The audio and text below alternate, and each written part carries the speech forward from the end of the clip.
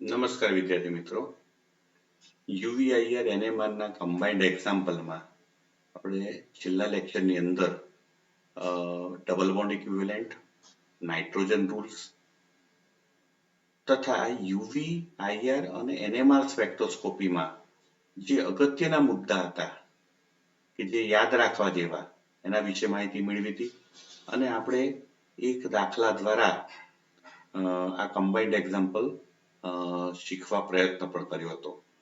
મિત્રો, જે દાખલા જે છે એમાં આપણે બીજો દાખલો જે છે એ લઈએ છીએ.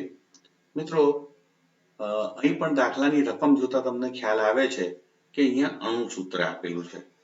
તો જ્યારે પણ અણુસૂત્ર આપેલું હોય ત્યારે આપણે ડબલ બોન્ડ ઇક્વિવેલન્ટ ગણવા પડે અને એના આધારે આપણે નક્કી કરવું પડે કે સંયોજનમાં શું છે.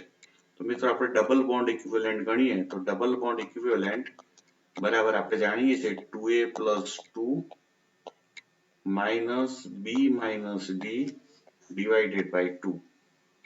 મિત્રો, અહીંયા a બરાબર જે છે તમે જોઈ શકો છો તો a બરાબર 4 છે મિત્રો, કાર્બનની સંખ્યા. b હાઇડ્રોજનની સંખ્યા તો મોનોવેલેન્ટ પરમાણુઓની સંખ્યા જે છે એ 8 છે. c સૂત્રમાં છે નહીં અને d જે છે એ 0 છે મિત્રો. તો આમ બહુ સહેલાઈથી હું મૂકી દઉં તો 4 દુ 8 ને 2 10 માઇનસ b ની સંખ્યા છે 8 માઇનસ 0 ભાગ્યા 2. તો આમ 10 માઇનસ 8 એટલે કે 2 ભાગ્યા 2 એટલે ડબલ બોન્ડ ઇક્વિવેલન્ટનું મૂલ્ય મિત્રો 1 આવે છે. તો આમ ડબલ બોન્ડ ઇક્વિવેલન્ટનું મૂલ્ય 1 છે એટલે હું સહેલાઈથી કહી શકું કે સંયોજન જે છે એ કાં તો દ્વિબંધ ધરાવતો હશે અથવા તો ચક્ર ધરાવતો હશે. તો આમ ડબલ બોન્ડ ઇક્વિવેલન્ટનું મૂલ્ય એ 1 આવે છે એટલે કે સંયોજનમાં કાં તો દ્વિબંધ હશે અથવા તો સંયોજનમાં ચક્ર હશે. તો આમ બે શક્યતાઓ આપણે ડબલ બોન્ડ ઇક્વિવેલન્ટના આધારે મિત્રો શોધી શકીએ. બીજું, તમે હવે ડેટા પર જો નજર ફેરવશો તમને ખ્યાલ આવશે કે 220 થી ઉપર યુવીમાં આપણને બેન્ડ નથી મળતો. જ્યારે મિત્રો 220 થી ઉપર બેન્ડ ના મળતો હોય ત્યારે સંયોજનમાં દ્વિબંધ સંયુગ્મન એટલે કે કોન્જ્યુગેટેડ ડબલ બોન્ડ સિસ્ટમ નહીં હોય. એટલે અહીંયા દ્વિબંધ સંયુગ્મન નહીં હોય, સાથે સાથે એરોમેટિક રિંગની પણ સંભાવના નથી. તો મિત્રો, એરોમેટિક ક્રોમોફોર અથવા તો દ્વિબંધ સંયુગ્મન નથી કે છે એ આપણે આ યુવી થી નક્કી કરી શકીએ છીએ. એનાથી વિશેષ માહિતી યુવી માંથી મળતી નથી. ત્યાર મિત્રો આઈઆર ની વાત કરીએ તો આઈઆર માં આપણે જે 6 વિસ્તાર જે છે એને જોઈ લઈએ પહેલા. તો 3200 થી ઉપર મિત્રો આમાં પટ નથી મળતો. 3200 થી ઉપર પટ ના મળે તો OH અને NH બંને ગેરહાજર, એટલે OH NH નથી મિત્રો. ત્યારબાદ 2100 થી 2300 ની પણ વચ્ચે પટ નથી એટલે C ટ્રિપલ બોન્ડ N કે C ટ્રિપલ બોન્ડ C હાજર નથી મિત્રો એમાં. ત્યારબાદ ત્રીજો વિસ્તાર જે છે એમાં 1640 થી 1800 ની વચ્ચે આ સ્ટ્રોંગ બેન્ડ મળે છે એટલે મિત્રો એમાં કાર્બોનિલ સમૂહની શક્યતા છે. તો કાર્બોનિલ સમૂહ 100% હોવો જોઈએ. તો કાર્બોનિલ સમૂહની આપણને હાજરી મળી. ત્યારબાદ મિત્રો ચોથો વિસ્તાર જે છે એ એનહાઇડ્રાઇડ સમૂહનો. તો અહીંયા એનહાઇડ્રાઇડ સમૂહ પણ નથી કારણ કે 3 ઓક્સિજન નથી, અહીંયા માત્ર 2 જ ઓક્સિજન છે. એનહાઇડ્રાઇડ સમૂહમાં 3 ઓક્સિજન છે એટલે એનહાઇડ્રાઇડ સમૂહ ના હોય. એવી રીતે NO2 સમૂહ પણ નથી કારણ કે નાઇટ્રોજન જ નથી અણુસૂત્રમાં એટલે ચોથું પાંચમું પણ ના આવે. અને છેલ્લું જે છે એરોમેટિક રિંગ એ પણ મિત્રો નથી કારણ કે 3000 થી 3100 ની વચ્ચે પણ બેન્ડ નથી, 1450 થી 1650 ની વચ્ચે પણ બેન્ડ નથી અને 600 થી 900 ની વચ્ચે પણ બેન્ડ નથી. એટલે આઈઆર ડેટા જે છે એ માત્ર કાર્બોનિલ સમૂહની મિત્રો હાજરી સૂચવે છે. હવે એનો અર્થ એમ થયો કે આઈઆર ના આધારે આપણને કાર્બોનિલ સમૂહની હાજરી ખ્યાલ આવ્યો. મિત્રો, હવે આઈઆર પછી આપણે એનએમઆર ડેટાની વાત કરીએ તો સૌથી પહેલું જે છે શિખર એ ટ્રિપલેટ મળે છે. તો 3H ટ્રિપલેટ મિત્રો, 3H ટ્રિપલેટ અને 2H ક્વાર્ટેટ એ હંમેશા પેર છે આપણે વાત કરેલી. તો 3H ટ્રિપલેટ ક્યારે આપણે કે CH3 સમૂહની બાજુમાં CH2 હોય તો પછી 2H ક્વાર્ટેટ પણ આપે તો આમ 3H ટ્રિપલેટ ડેલ્ટા 1.23 અને 2H ક્વાર્ટેટ ડેલ્ટા 4.06 સંયોજનમાં ઇથાઇલ સમૂહની હાજરી સૂચવે છે તો મિત્રો આમ ઇથાઇલ સમૂહ હાજર થયો અચ્છા અહીંયા બી જે સિગ્નલ જે છે આર્યુ તો 1 A અને C જે છે ભેગા થઈને ઇથાઇલ સમૂહ ત્યારે બી જે છે 3H સિંગલેટ એ સંયોજનમાં CH3 સમૂહની હાજરી સૂચવે છે તો આમ CH3 સમૂહ પણ આપણા માટે ફિક્સ થઈ ગયો તો મિત્રો તમે જોઈ શકો છો કે આ ત્રણ સમૂહ જે મેં રાઉન્ડ કરેલા જે છે એ આપણે UV અને IR બંનેની મદદથી આપણે નક્કી કર્યા આ ત્રણેય સમૂહનો સૂત્રભાર હું કરું તો જો આ સૂત્રભાર જો આપણે નક્કી કરીએ તો પહેલું જે આવે છે એ તમે જોઈ શકો છો CH3 પછી બે કાર્બન આના ઉપર છે એટલે 3 અને એક આ 4 તો થાય છે C4 ત્યારબાદ હાઇડ્રોજન વાત કરીએ તો અહીંયા 3 હાઇડ્રોજન જે છે અહીંયા બંનેના થઈને 5 હાઇડ્રોજન છે એટલે 5 ને 3 8 થાય એટલે C4H8 અને ઓક્સિજન માત્ર એક જ છે મિત્રો એટલે ઓક્સિજન એક થાય તો આમ આ ત્રણેય સમૂહો નો સૂત્રભાર આપણે જો ગણીએ તો C4H8O થાય તો અણુ સૂત્ર C4H8O2 માંથી આને જો બાદ કરવામાં આવે તો આપણી પાસે O જ વધે છે મિત્રો તો આનો અર્થ એમ થયો કે ઓક્સિજન હોવો જોઈએ તો આનો અર્થ એમ થયો કે એક CH3 સમૂહ છે એક ઇથાઇલ સમૂહ છે એટલે કે મિથાઇલ ઇથાઇલ કાર્બોનિલ અને O એટલે કાર્બોનિલ ને હોય તો મિત્રો હંમેશા એસ્ટર સ્વરૂપે હોવું જોઈએ તો અહીંયા આપણે કહી શકીએ કે આપણી પાસે કુલ 4 સમૂહો છે મિત્રો કયા 4 સમૂહ છે એ હું અહીંયા લખું છું તો સૌથી પહેલો સમૂહ છે CH3 બીજો સમૂહ છે CH2CH3 એટલે કે ઇથાઇલ ત્રીજો સમૂહ છે કાર્બોનિલ સમૂહ અને ચોથો સમૂહ છે ઓક્સિજન તો આ 4 સમૂહો ને જો જોડવાના હોય તો આપણે કેવી રીતે જોડી શકીએ મિત્રો તો અહીંયા તમે જોઈ શકો છો કે મિથાઇલ સમૂહ અને ઇથાઇલ સમૂહ એ એક એક જગ્યાએથી જોઈન્ટ થાય છે જ્યારે કાર્બોનિલ સમૂહ અને આ સમૂહ જે બે જગ્યાએથી જોડાય તો કેવી રીતે મિત્રો તો કે આ બંને જે છે એ કેવા કહેવાય હંમેશા છેવાડાના સમૂહો તો મિથાઇલ ને ઇથાઇલ તો પહેલે હું લખું છું મિથાઇલ સમૂહ તો CH3 અને બીજામાં લખું છું ઇથાઇલ તો બે શક્યતાઓ હંમેશા એસ્ટરમાં જ્યારે બે ગ્રુપ જુદા હોય ત્યારે બે શક્યતાઓ થાય તો પહેલી શક્યતામાં મિથાઇલ અને ઇથાઇલ ને હું બંને મૂકી દઉં છું હવે મિત્રો આ બે સમૂહને મારે જોડવાના છે COO તો હું ગોઠવું છું COO આ એક થઈ શક્યતા પહેલા નંબરની અને બીજામાં OCO તો બે શક્યતાઓથી પહેલું જે છે સૂત્ર એ નંબરનું કે જેમાં ઇથાઇલ સમૂહનો CH2 જે છે એ ઓક્સિજન સાથે જોડાયેલો છે મિત્રો જ્યારે આ બી સૂત્ર જે છે એમાં આ ઇથાઇલ સમૂહનો CH2 સમૂહ જે છે એ કાર્બોનિલ સમૂહ સાથે જોડાયેલો છે તો અહીંયા CH2 જે છે એ કાર્બોનિલ સમૂહ સાથે છે જ્યારે અહીંયા CH2 જે છે એ ઓક્સિજન સાથે જોડાયેલો છે તો મિત્રો હંમેશા કાર્બોનિલ સમૂહ કરતા ઓક્સિજન સાથે જોડાયેલો એ વધુ ડેલ્ટાનું મૂલ્ય ધરાવે તો અહીંયા તમે જોઈ શકો છો કે જે CH2 વાળો જે મિથાઇલ સમૂહ જે છે ક્વાર્ટેટ ધરાવે છે એ એનું ડેલ્ટાનું મૂલ્ય 4.0 છે એટલે એનો અર્થ એવો થયો જ્યારે અહીંયા જે CH3 સમૂહ જે છે એ ઓક્સિજન સાથે જોડાય છે તો CH3 સમૂહ જે સિંગલેટ વાળો જેનું ડેલ્ટાનું મૂલ્ય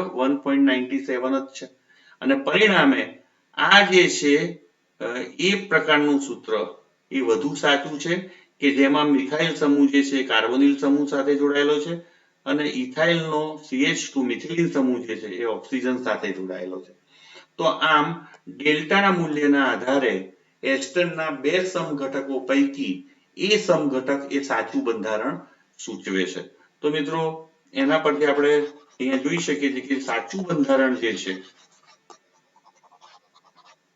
એ બંધારણ જે છે એ આ રીતનું છે CH3 COO CH2 CH3 તો આ આપણો જવાબ છે હવે આનું નામ શું થશે તો કે આ ઇથાઇલ સમૂહ જે ઓક્સિજન સાથે એસ્ટરના ઓક્સિજન સાથે જોડાયેલો છે એનું નામ પહેલા હંમેશા લખવામાં આવે છે તો આને બોલાય છે ઇથાઇલ અને આ બે કાર્બન ધરાવતો એસ્ટર એટલે ઇથેનોએટ તો ઇથાઇલ ઇથેનોએટ એ આનું નામ છે મિત્રો હવે તમે જુઓ છો તો કે એ પ્રકારનો જે છે 3H ટ્રિપલેટ એ આ એ પ્રકારનો જે છે પ્રોટોન આ એ પ્રકારનો થયો હાઇડ્રોજન આ બી પ્રકારનો હાઇડ્રોજન થયો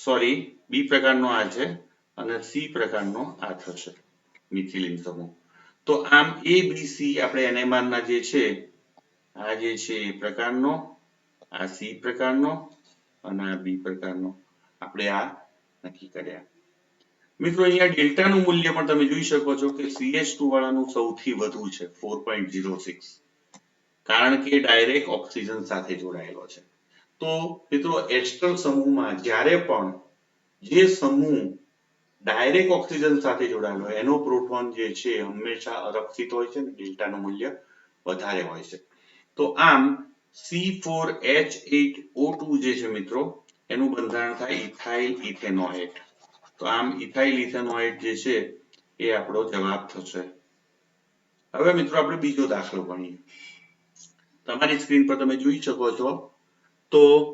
C5H6O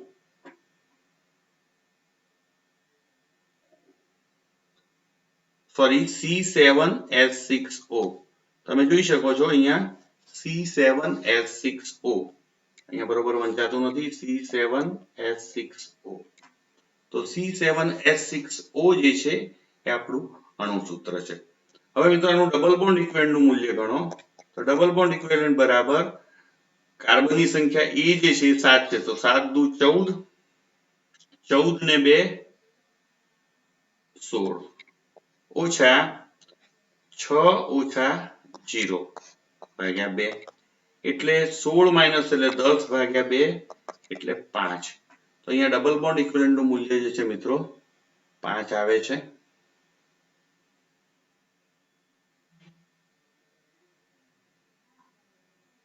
હવે આપણે ડેટા જે છે તમે જોઈ શકો છો કે 247 અને 282 એમ બે આપણને પીક પ્રાપ્ત થાય છે મિત્રો હવે આ બંને પીક જે છે એ એરોમેટિક રિંગની હાજરી સૂચવે છે પ્રાઇમરી અને સેકન્ડરી pi2 pi સ્ટાર તો એરોમેટિક રિંગની હાજરી સૂચવે છે તો IR માં પણ 3000 થી 3100 1450 થી 1650 અને 700 ને 900 ની વચ્ચે એવા બે બેન્ડ એટલે એ બંને પણ જે છે મોનો વિસ્થાપિત બેન્ઝીન રિંગની હાજરી સૂચવે છે અહીં પણ તમે NMR માં પણ જોઈ શકો છો કે 3H અને 2H એમ કુલ 5H છે એટલે આ અને આ ત્રણ વિસ્તારો IR ના એ સંયોજનમાં મોનો વિસ્થાપિત બેન્ઝીન રિંગની હાજરી સૂચવે છે એટલે કે C6H5 તો મિત્રો C6H5 મોનો વિસ્થાપિત બેન્ઝીન રિંગ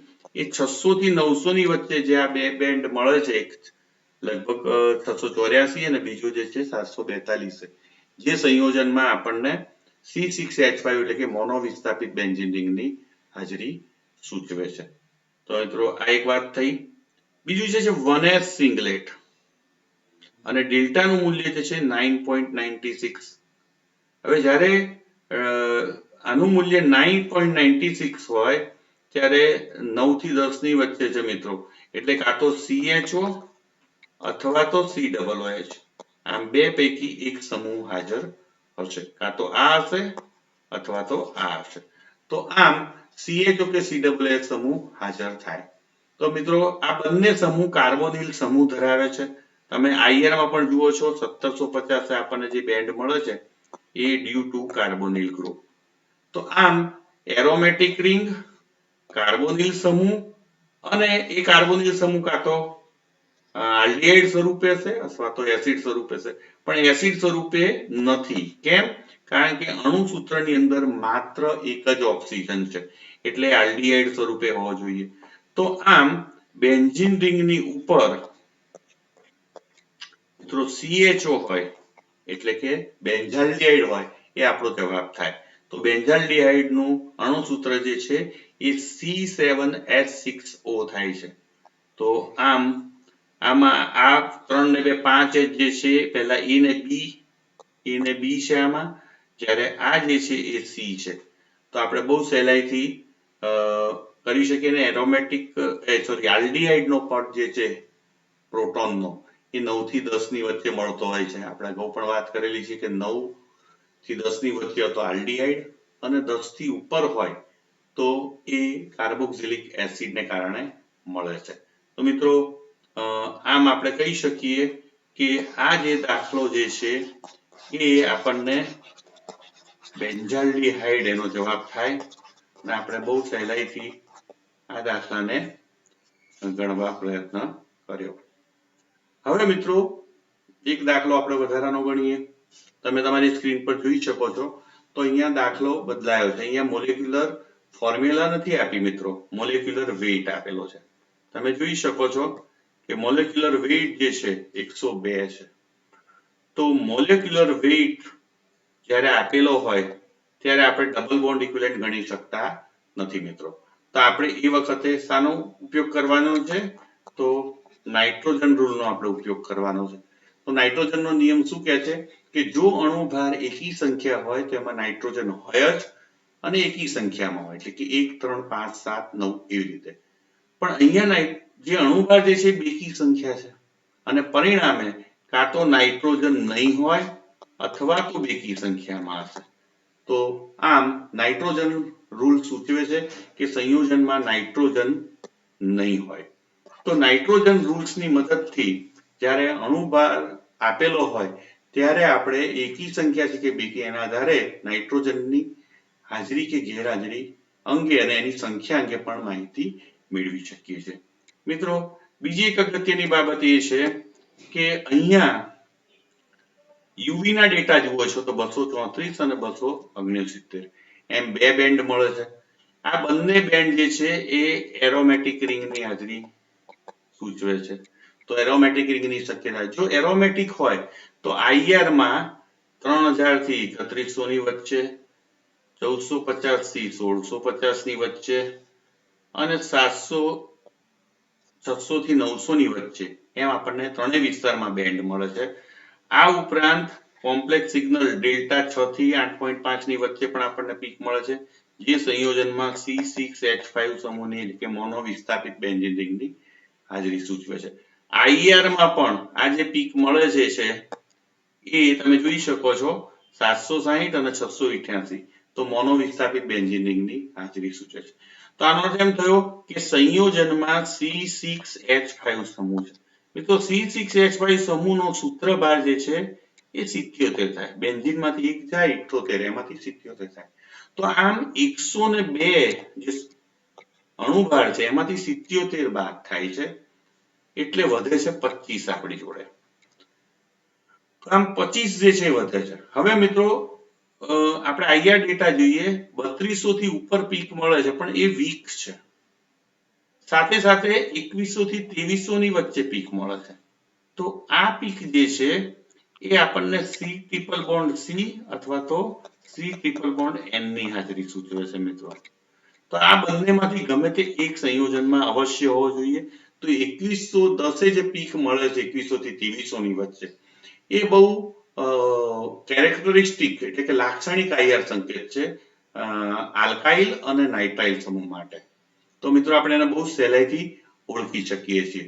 તો આમ આ બંનેની હાજરી હોવી જોઈએ. મિત્રો હવે જુઓ CN હોય સંયોજનમાં તો એક નાઇટ્રોજન થાય છે. તો એક નાઇટ્રોજનની હાજરી હંમેશા આપણને નાઇટ્રોજન રૂલ્સ ના પાડે છે કે નાઇટ્રોજન કાં તો નહીં હોય અથવા તો બેકી સંખ્યામાં, એટલે બે જ સંખ્યામાં લેવો પડે, પણ અહીંયા નાઇટ્રોજન એક જ થાય છે અને આમે 26 થાય છે બંનેનો સૂત્રભાર, એટલે આનો સૂત્રભાર 26 છે, તો પણ અહીંયા વધારો જે આપણી પાસે છે જે 25 જ છે, એટલે આપણે શું લઈ શકીએ, સી ટ્રિપલ બોન્ડ સી. એટલે બીજું આપણને મળે છે C triple bond C. C triple bond C નું 24 થાય, એટલે આપણને એક વધે છે અને અહીં હજુ એક 1H છે, તો એ H થશે. તો આમ બેન્ઝીન રિંગ ઉપર સી ટ્રિપલ બોન્ડ CH એટલે કે ફિનાઇલ એસિટિલિન એ આપણું જવાબ થાય. તો તમે જોઈ શકો છો ફિનાઇલ એસિટિલિનમાં આ એ પ્રકારનો સિગ્નલ છે મિત્રો, આ એ અને આ જે છે એ 5H બી પ્રકારના છે. તો આમ અણુ સૂત્ર જે છે એ અણુભાર જે 102 વાળું જે સંયોજન જે છે એ ફિનાઇલ એસિટિલિન છે. તો આમ અણુભાર આપેલો હોય ત્યારે મિત્રો આપણે બહુ જ સહેલાઈથી દાખલો જે છે આ રીતે ગણી શકીએ. આપણે હવે નેક્સ્ટ એક્ઝામ્પલ પર જઈએ. તો દરેક એક્ઝામ્પલમાં નવી બાબત જે છે આપણા માટે શીખવાની આવે છે, એટલે જેટલા એક્ઝામ્પલ તમે વધુ ગણશો એટલો તમને વધુ ફાયદો મળશે. મિત્રો અહીંયા પણ અણુભાર આપેલો છે અને અણુભાર જે છે 108 છે. મિત્રો જ્યારે પણ અણુભાર 108 હોય એટલે કે બેકી સંખ્યા છે, અને બેકી સંખ્યા હોય ત્યારે નાઇટ્રોજન જે છે કાં તો નહીં હોય અથવા તો બેકી સંખ્યામાં હશે. તો આ બાબતને ધ્યાને રાખી અને આપણે આગળ વધીએ છીએ. મિત્રો અહીંયા જે યુવી નો જે ડેટા જે છે 273 મળે છે. મિત્રો 250 ઉપર જ્યારે મળતો હોય 1 કે 2 ત્યારે હંમેશા એરોમેટિક રિંગની હાજરી સૂચવે છે.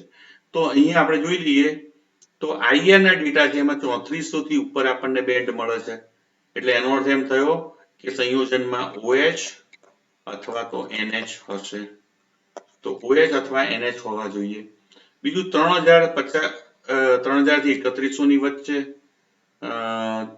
1450 થી 1650 ની વચ્ચે અને 748 એમ બેન્ડ મળે છે ત્રણેય વિસ્તારમાં 600 થી 900 ની વચ્ચે. એટલે એરોમેટિક રિંગ જે છે સંયોજનમાં એરોમેટિક રિંગ હોવી જોઈએ. હવે મિત્રો એરોમેટિક રિંગ જે છે એ મોનોવિસ્થાપિત છે કે દ્વિવિસ્થાપિત એ જોવા માટે આપણે NMR ના ડેટા ચેક કરીશું. તો NMR ના ડેટામાં તમે જોઈ શકો છો 6 થી 8.5 ની વચ્ચે આ એક જ છે અને એ 4H છે. તો 4H જે છે એટલે દ્વિવિસ્થાપિત બેન્ઝીન રિંગ થાય. દ્વિવિસ્થાપિત બેન્ઝીન રિંગ એટલે C6H4. મિત્રો C6H4 છે. C6H4 હોય ત્યારે મિત્રો હંમેશા મોનોવિસ્થાપિત બેન્ઝીન રિંગ જે છે એ ઓર્થો હોય તો આપણને એક બેન્ડ મળે છે અને પેરા હોય તો પણ એક બેન્ડ મળે છે. તો અહીંયા એક જ પટ મળે છે. તો એક જ પટ મળે છે કે જે ઓર્થો દ્વિવિસ્થાપિત બેન્ઝીન રિંગની હાજરી સૂચવે છે. એટલે આનો એમ થયો કે C6H4 સમૂહ જે છે એ ઓર્થો હોવો જોઈએ. તો મિત્રો એક 4H નું આપણે શોધી કાઢ્યું. હવે આપણે આગળ વધીએ તો એ પ્રકારનો સિગ્નલ છે એની વાત કરીએ તો 3H સિંગલેટ. તો 3H સિંગલેટ એટલે સંયોજનમાં શું હોવું જોઈએ, CH3 સમૂહ કે જેની પડોશમાં કોઈ હાઇડ્રોજન નહીં હોય. ત્યારબાદ 1H સિંગલેટ. તો 1H સિંગલેટ શાનો છે, તો મિત્રો અહીંયા NH કે OH જે છે એનો હોવો જોઈએ. આપણને ખબર નથી કે NH છે કે OH છે, તો એને આપણે રવા દઈએ છીએ. તો એક CH3 આપણા માટે ફિક્સ છે અને બીજો C6H4 સમૂહ છે. મિત્રો C6H4 જે છે એનો સૂત્રભાર થાય છે 76 અને CH3 નો સૂત્રભાર થાય છે 15. તો 76 ને 15 થાય છે 91. તો 91 ને જે છે એ સૂત્રભાર 108 માંથી જો બાદ કરીએ તો આપણી પાસે 17 વધે છે. તો આ 17 જે બેલેન્સ જે છે એ સંયોજનમાં OH સમૂહની હાજરી સૂચવે છે. જો NH હોત તો 15 થાય, તો મિત્રો આનો અર્થ એમ કે OH સમૂહ હાજર છે. તો આમ આપણી પાસે મુખ્યત્વે ત્રણ પ્રકારના સમૂહો આપણી જોડે હાજર થયા. મિત્રો પહેલો સમૂહ જે છે એ દ્વિવિસ્થાપિત ઓર્થો દ્વિવિસ્થાપિત બેન્ઝીન રિંગ. ઓર્થો દ્વિવિસ્થાપિત બેન્ઝીન રિંગ એટલે અહીં અને અહીં એમ ઓર્થો બે પોઝિશનમાં. ત્યારબાદ CH3 સમૂહ છે અને બીજો OH છે. તો એક CH3 મૂક્યું અને બીજો મિત્રો મૂક્યો OH. તો આ જે છે એ ક્રેસોલ છે. આ છે ઓર્થો ક્રેસોલ. તો ઓર્થો ક્રેસોલ જે છે એ આપણો આન્સર થશે. તમે અહીંયા જોઈ શકો છો કે આ જે છે એ પ્રકારના પ્રોટોન થયા. આ જે છે 1s સિંગલેટ એ B પ્રકારનો પ્રોટોન થયો, જ્યારે આ બાકીના જે છે 4h થયા, આ C પ્રકારના. તો આમ ત્રણેય પ્રકારના જે આપણે ડેટા જે છે એને આપણે સમજાવી શકીએ છીએ. અહીં પણ મેં તમને વાત કરી કે આ જે છે એ OH ને કારણે જે સ્ટ્રેચિંગ આવૃત્તિનો પટ છે, આ 1, આ 2 અને આ 3. આ ત્રણેય જે છે એ એરોમેટિક રિંગને કારણે છે. બરાબર. આ જે છે ARS સ્ટ્રેચિંગ, આ જે છે C ડબલ બોન્ડ C એરોમેટિકને કારણે, અને આ જે છે આઉટ ઓફ પ્લેન સમતલની બહાર થતા નમન આંદોલનને કારણે એ ઓર્થો દ્વિવિસ્થાપિતને કારણે. મિત્રો હંમેશા 2955 થી 2829 ની વચ્ચે હંમેશા મળે છે એ sp3ch ને કારણે મળે છે સ્ટ્રેચિંગને. કોઈ પણ મિથાઇલ ઇથાઇલ સમૂહ હોય એમાં CH સ્ટ્રેચિંગને કારણે આ પટ આપણને પ્રાપ્ત થાય છે. તો મિત્રો આ એક બાબત થઈ. અને અહીંયા C સિંગલ બોન્ડ જે O જે છે એને કારણે આ 1240 આપણને સ્ટ્રોંગ બેન્ડ મળે છે, એ CO સ્ટ્રેચિંગને કારણે મળે છે. તો હંમેશા આલ્કોહોલ ફિનોલ હોય એના CO સ્ટ્રેચિંગના પટ પણ આપણને મળતા હોય છે. તો આ મિત્રો IR ના પણ તમામ ડેટાનું આપણે અર્થઘટન કર્યું. તો મોલેક્યુલર વેઇટ 108 જ્યારે પણ હોય ત્યારે આ ઓર્થોક્રેસોલ આ પ્રકારના ડેટા હોય ત્યારે એ જવાબ બને છે. મિત્રો ઘણી બધી વખતે એક જ સરખા અણુભાર ધરાવતા ઘણા બધા સંયોજનો હોય છે, એટલે 108 હોય એટલે ઓર્થોક્રેસોલ જ હોય એમ માનવાની જરૂર નથી. અહીંયા આપેલું છે અણુસૂત્ર C8H11N. હવે આનો જો આપણે ડબલ બોન્ડ ઇક્વિવેલન્ટ ગણીએ મિત્રો, અહીંયા સૂત્ર પર આપેલું છે. તો ડબલ બોન્ડ ઇક્વિવેલન્ટ કેટલો થશે? તો કે 8 દુ 16 ને 2 18, 18 માઇનસ કૌંસમાં 11B અને નાઇટ્રોજનની સંખ્યા 1 છે એટલે 10. તો 18 માઇનસ એટલે 4 ભાગ્યા 8 ભાગ્યા 2 એટલે 4. તો ડબલ બોન્ડ ઇક્વિવેલન્ટ નું મૂલ્ય 4 આવે છે મિત્રો. તો ડબલ બોન્ડ ઇક્વિવેલન્ટ નું મૂલ્ય જ્યારે પણ 4 આવે ત્યારે સંયોજનમાં એરોમેટિક રિંગ હોય. એરોમેટિક રિંગ હોય તો હમણાં જ આપણે વાત કરી એ પ્રમાણે કે 252 298 તમે જોઈ શકો છો એરોમેટિક રિંગ UV. ત્યારબાદ 3000 થી 3100, 1650 થી 1450 અને 688. તમે આ બધા જુઓ છો ડેટા ત્રણેય વિસ્તારમાં, એટલે એરોમેટિક રિંગ છે. હવે એરોમેટિક રિંગમાં જે છે મિત્રો અહીંયા એક જ બેન્ડ મળે છે, અહીંયા એકાદ ડેટા રહી ગયો છે, પણ છતાં પણ અહીંયા એક જ બેન્ડ ધારો કે મળતો હોય તો 5H છે એટલે સંયોજનમાં શું થયું? C6H5. C6H5 એટલે મોનો વિસ્થાપિત બેન્ઝીન. IR માં કદાચ એકાદ પીક જે છે વધઘટ હોય, પણ NMR માંથી જો 5H હોય તો એ મોનો વિસ્થાપિત બેન્ઝીન રિંગ. તો મોનો વિસ્થાપિત બેન્ઝીન રિંગ જે છે એ એક હાજર ગણાય. તો બીજું છે 6H સિંગલેટ.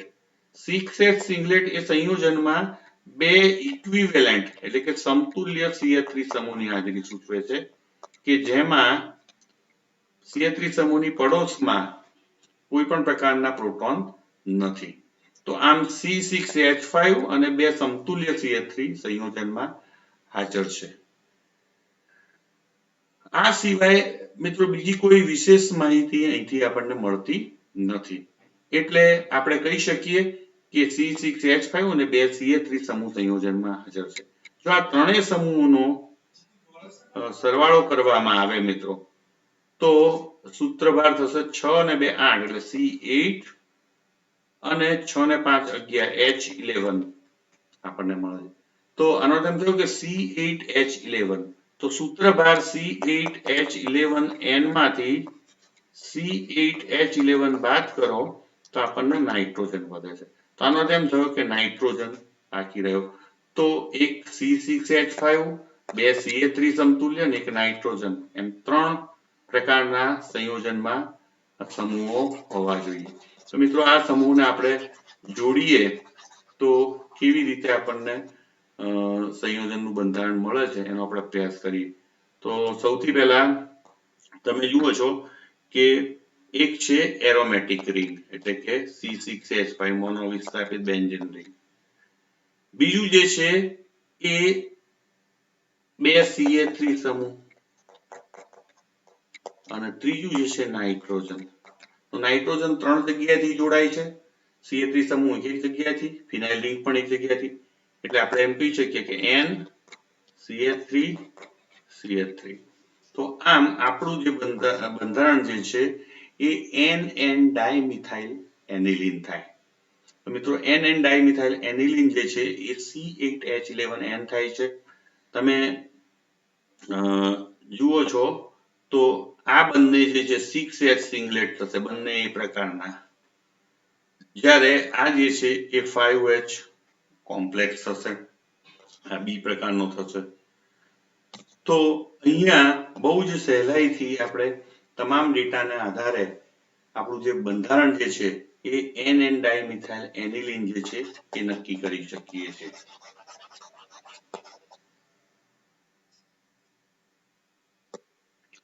મિત્રો ત્યારબાદ આપણે એક બીજો દાખલો ગણીએ છીએ.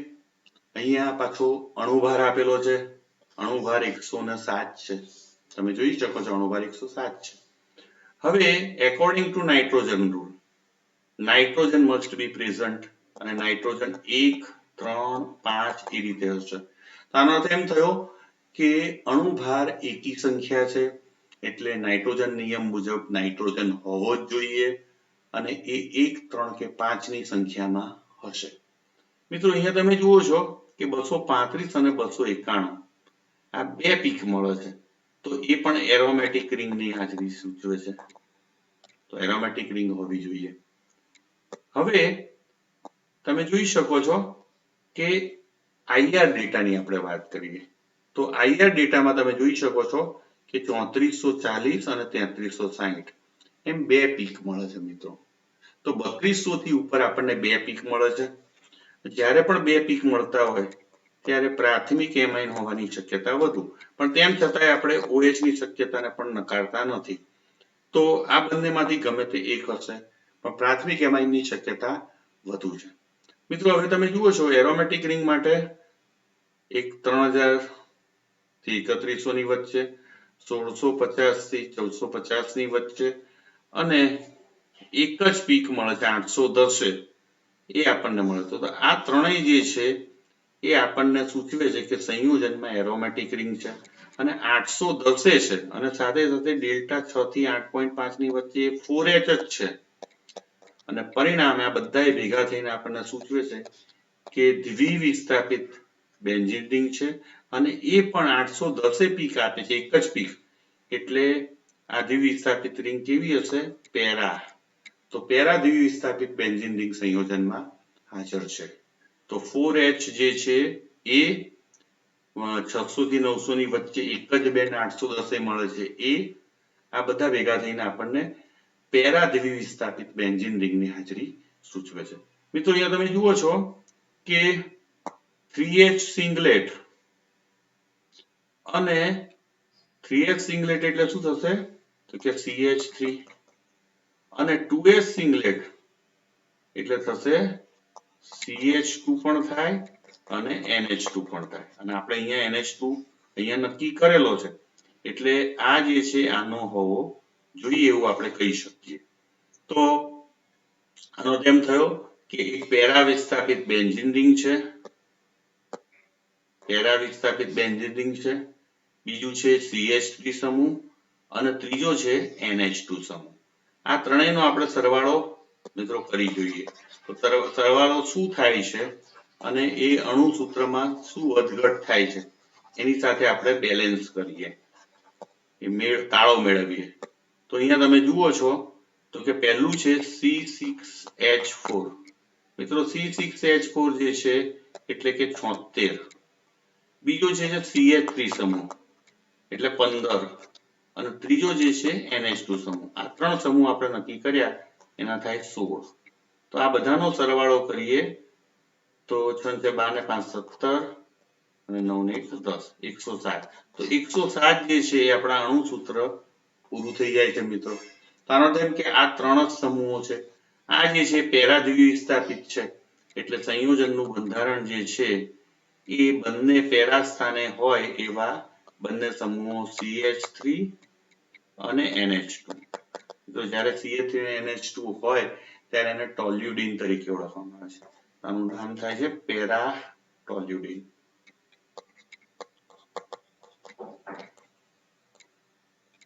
આનું નામ છે પેરાટોલ્યુડિન તો 107 અણુ ભાર ધરાવતો પેરાટોલ્યુડિન હવે આ પેરાટોલ્યુડિન ની અંદર મિત્રો આપણે સૂત્ર પ્રમાણે આપણે ડેટા પ્રમાણે ABCD આપણે આપી દઈએ તો 3S સિંગલેટ જે છે આ A છે 2S સિંગલેટ જે છે આ એ B છે અને 2H અને આ 2H જે સોરી આ બે આ 2H જે છે એ આ B છે અને C ને D જે છે 6.42 અને 6.85 આ 6.85 વાળો C છે અને આ B છે D અને C તો A B C અને D એમ ચારેય પ્રકારના આપણને પીક અહીંયા આપણે સમજાવી શકીએ છીએ NMR ની અંદર IR ની અંદર વાત કરીએ તો આ NH સ્ટ્રેચિંગ ને કારણે છે NH2 સમૂહના આ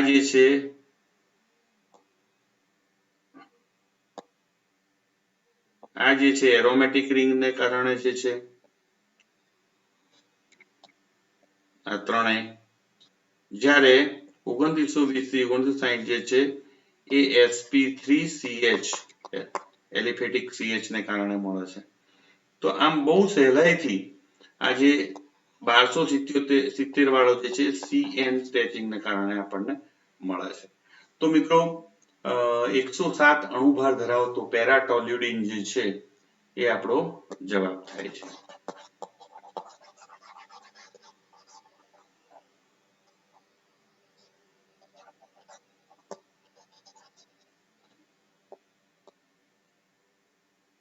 મિત્રો બીજો એક દાખલો આપણે ગણીએ તમે અહીંયા જોઈ શકો છો કે 108 અણુભાર છે મિત્રો 108 અણુભાર ધરાવતો આગળ આપણે એક દાખલો જોયો તો ઓર્થોક્રેસોલ આપણે આ દાખલો ગણીએ 108 અણુભાર according to nitrogen rules nitrogen કાં તો નહીં હોય અથવા તો બેકી સંખ્યામાં હશે હવે તમે જોઈ શકો છો આમાં કે અહીં મૂલ્ય ટાઉમાં આપેલું છે મિત્રો જનરલી બધામાં ડેલ્ટામાં આપ્યું છે તો ટાઉ જે છે એ ને ડેલ્ટામાં કન્વર્ટ કરવા તો ડેલ્ટા બરાબર 10 માઇનસ ટાઉ સોરી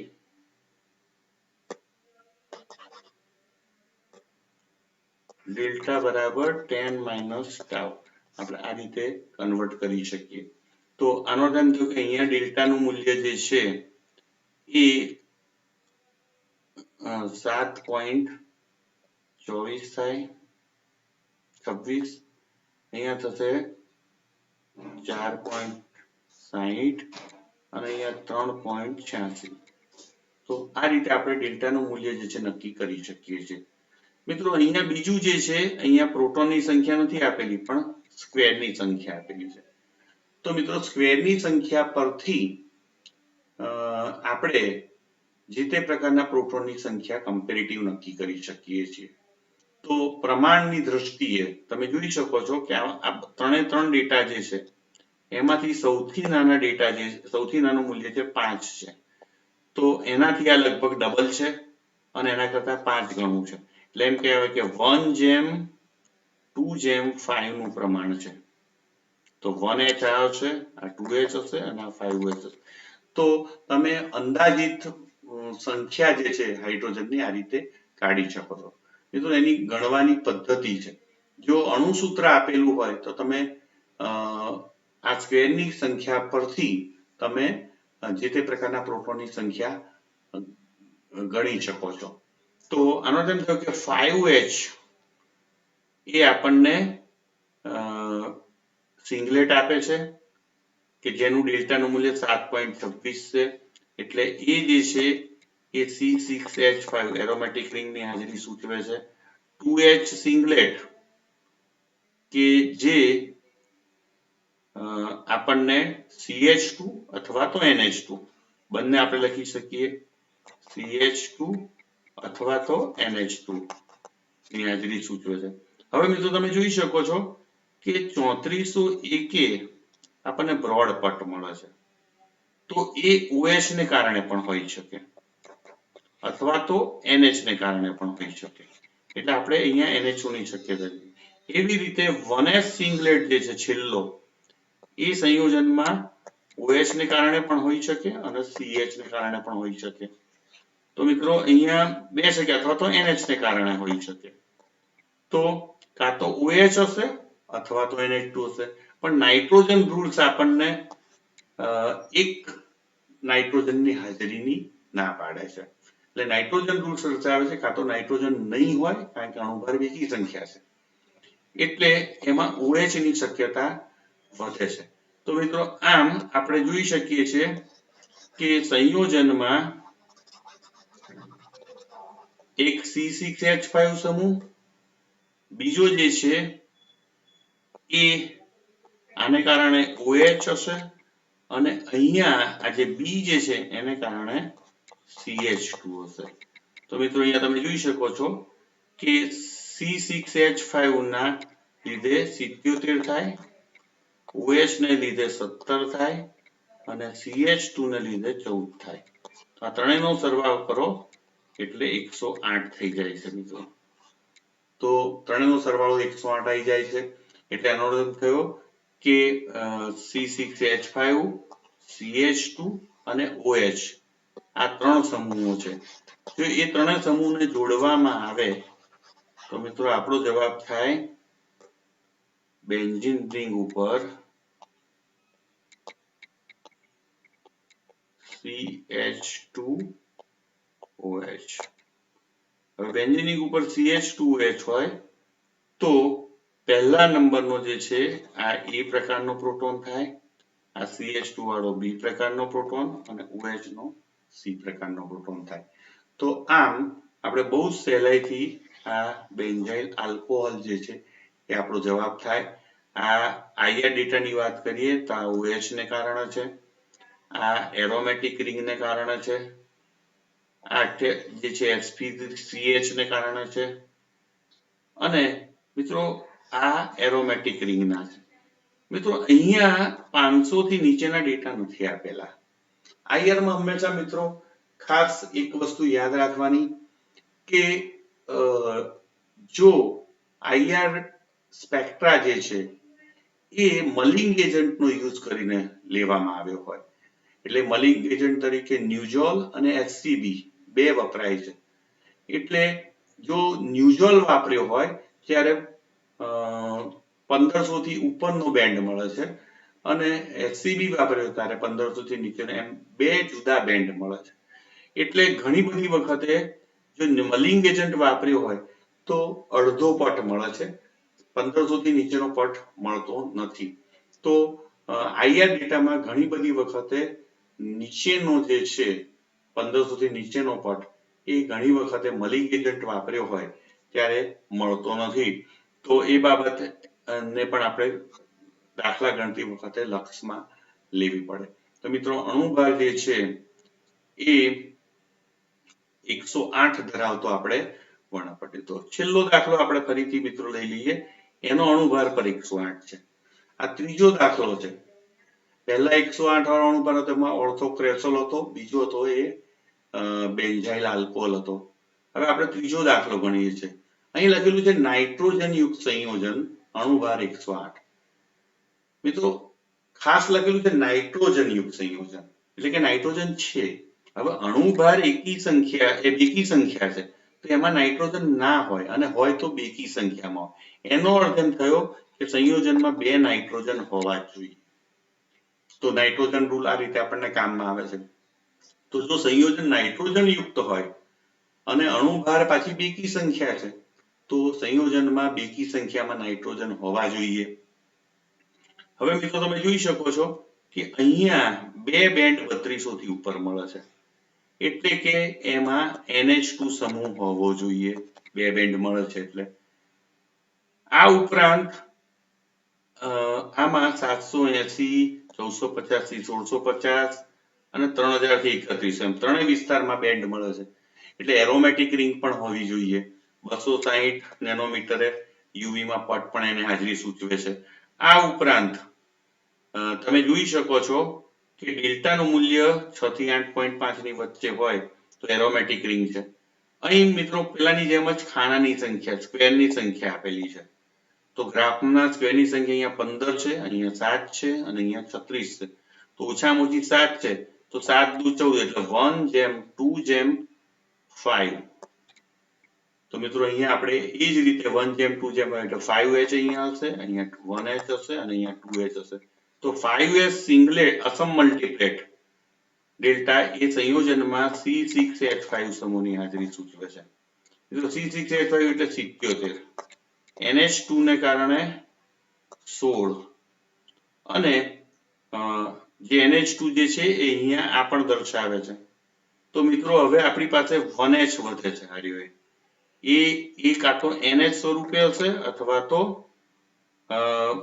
CH સ્વરૂપે હશે. પણ મિત્રો હમણાં વાત કરી કે એક N નથી આપણી પાસે હંમેશા નાઇટ્રોજન રૂલ્સ પ્રમાણે 2 જ N હોવા જોઈએ એટલે બીજો NH હોવાની શક્યતા વધુ છે. NH ના 15 થાય મિત્રો.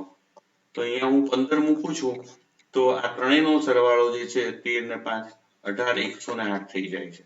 તો આનો અર્થ એમ થયો કે બેન્ઝીન રિંગ ઉપર NH2 એ આપણો જવાબ થાય છે. આનું નામ છે ફિનાઇલ હાઇડ્રોજન. મિત્રો ફિનાઇલ હાઇડ્રોજન જે છે આપણો જવાબ છે. તો ઓર્થોક્રેસોલ 108 ધરાવતો એવી રીતના મેટા અને પેરાક્રેસોલ પણ હોઈ શકે છે. એવી જ રીતે બેન્ઝાઇલ આલ્કોહોલ અને ફિનાઇલ હાઇડ્રોજન આ ત્રણેય સંયોજનોનો અણુભાર 108 જ છે પણ ત્રણેયના બંધારણો જુદા છે. તો મિત્રો આમ જુદા જુદા સંયોજનો જે છે એ આપણને કેવી રીતે પીક્સ આપે છે, જુદા ડેટા આપે છે અને આ ડેટાના આધારે એનું બંધારણ કેવી રીતે, તો કોઈ અનનોન પદાર્થ હોય અને જો એનો સ્પેક્ટ્રા યુવીઆઈ અને એનએમાં લેવામાં આવે એલિમેન્ટલ એનાલિસિસ દ્વારા અથવા તો માસ સ્પેક્ટ્રા દ્વારા એનો અણુભાર નક્કી કરવામાં આવે અથવા તો મોલેક્યુલર ફોર્મ્યુલા નક્કી થાય તો એ બધા ડેટાને આધારે આપણે જે કમ્બાઇન્ડ એક્ઝામ્પલ જે છે કેવી રીતે ગણાય એ આપણે આજે શીખવા પ્રયત્ન કર્યો. ફરીથી આવી જ રીતે આપણે વધુ દાખલા ગણવા પ્રયત્ન કરીશું અને યુવીઆઈઆર અને એનએમઆરના કમ્બાઇન્ડ એક્ઝામ્પલ જે છે એ વધુમાં વધુ ગણવું.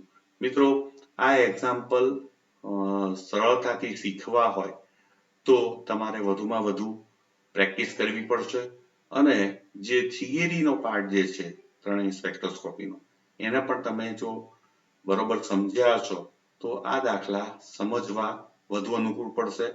દાખલા ગણતી વખતે ઓપન માઇન્ડ રાખીને તમે દાખલા ગણવા બેસશો કારણ કે ઘણા બધા ફેક્ટર્સ છે કે જે આઈઆર સ્પેક્ટ્રાને ઇન્ફ્લુઅન્સ કરતા હોય છે. ઘણા બધા પરિબળો જે છે જેના પીક્સ જે છે આઈઆર આવૃત્તિમાં ફેરફાર કરતા હોય છે અને પરિણામે ઘણી બધી વખતે અંદાજિત જે આપણને જ્યાં પીક મળવા જોઈએ ત્યાં ના મળતા જુદી જગ્યાએ પણ પીક મળતા હોય છે. તો આમ યુવીઆઈઆર ને એનએમઆરના આ કમ્બાઇન્ડ એક્ઝામ્પલ જે છે એ માં ફરી મળીશું. ત્યાં સુધી રજા આપશો. નમસ્કાર.